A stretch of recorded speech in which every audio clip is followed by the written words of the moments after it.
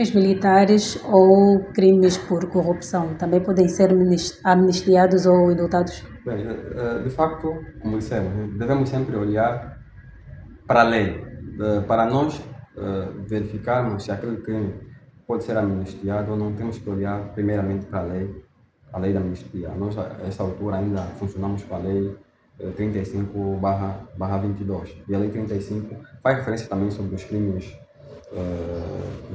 militares que podem ser amnistiados. Penso que é o número 2 do artigo 1º, que faz referência a que são ainda amnistiados os crimes militares puníveis com a pena de prisão até 8 anos.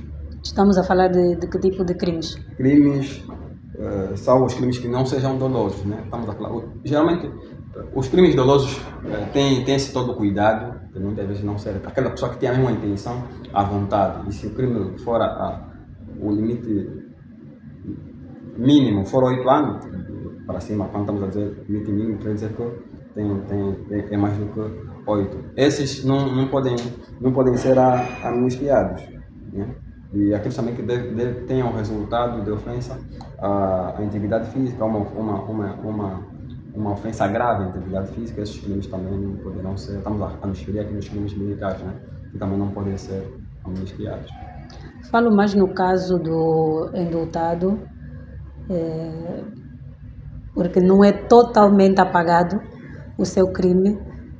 Ele pode aceitar ou não o indulto? De facto, é uma questão, nós dizemos assim, as questões são meramente subjetivas. A aceitação é meramente subjetiva e prejudicado. Muitas pessoas não aceitam o indulto em função também disso, mas eu penso que é uma questão muito pessoal. Eu sei que, e aqui vamos dizer que muitos preferiam ser amnistiados, só que há crimes que não permitem, porque a amnistia vai apagar todos os registros, todos os antecedentes criminais, é como se nunca tivesses tido uma condenação. Só que no indulto não. No indulto você tem a questão de apenas, vamos assim dizer, ser solto, ser exposto em liberdade e não cumprir a pena. Ou seja, ela te retira apenas passo aqui o plenário, a pena, te retira apenas a pena, mas continua com os antecedentes ou com o registro, com o cadastro criminal. Daí que alguns, por uma questão também da sua idoneidade, preferem, né, mas aqui nem levaria muito em consideração quem já cometeu um crime. Também vamos verificar as condições em que ele cometeu e o tribunal chegou a uma conclusão, transitou em julgado. Então, na verdade, é uma questão subjetiva de ele poder aceitar ou não. Porque o que tem o poder deu a abertura, trouxe aquilo que pode favorecer ao cidadão. Mas não é o que vai prejudicar o cidadão. Se é abonatório para si, você poderá aceitar. Se entenderes que não é abonatório e que entendas que não é justo estar naquela condição, na verdade você não passará naquela condição. Temos já aqui algum caso prático que nós temos conhecimento que ocorreu, não precisamos entrar em detalhes, mas sabemos, e se calhar deve ser a razão dessa questão. Caso o indultado cometa um outro crime em pouco tempo, o que acontece? Bem, de facto, aqui, como se disse, aquela pessoa já tem uma questão que nós temos muitas vezes discutidos, mas que vai surgir como um agravante, né? De facto, porque o juiz vai olhar que vão requisitar novamente, enquanto naquele novo processo vão requisitar se verifica o registro criminal daquele cidadão, vão encontrar que normalmente ele já tem antecedentes criminais, já havia cometido um crime, teve cadastro, e também de facto saiu pelo indulto, mas está ali, tem antecedentes. Então isso pode causar uma situação de agravante para a decisão de quem estiver a julgar o processo. E já não haverá oportunidade de um indulto para ele?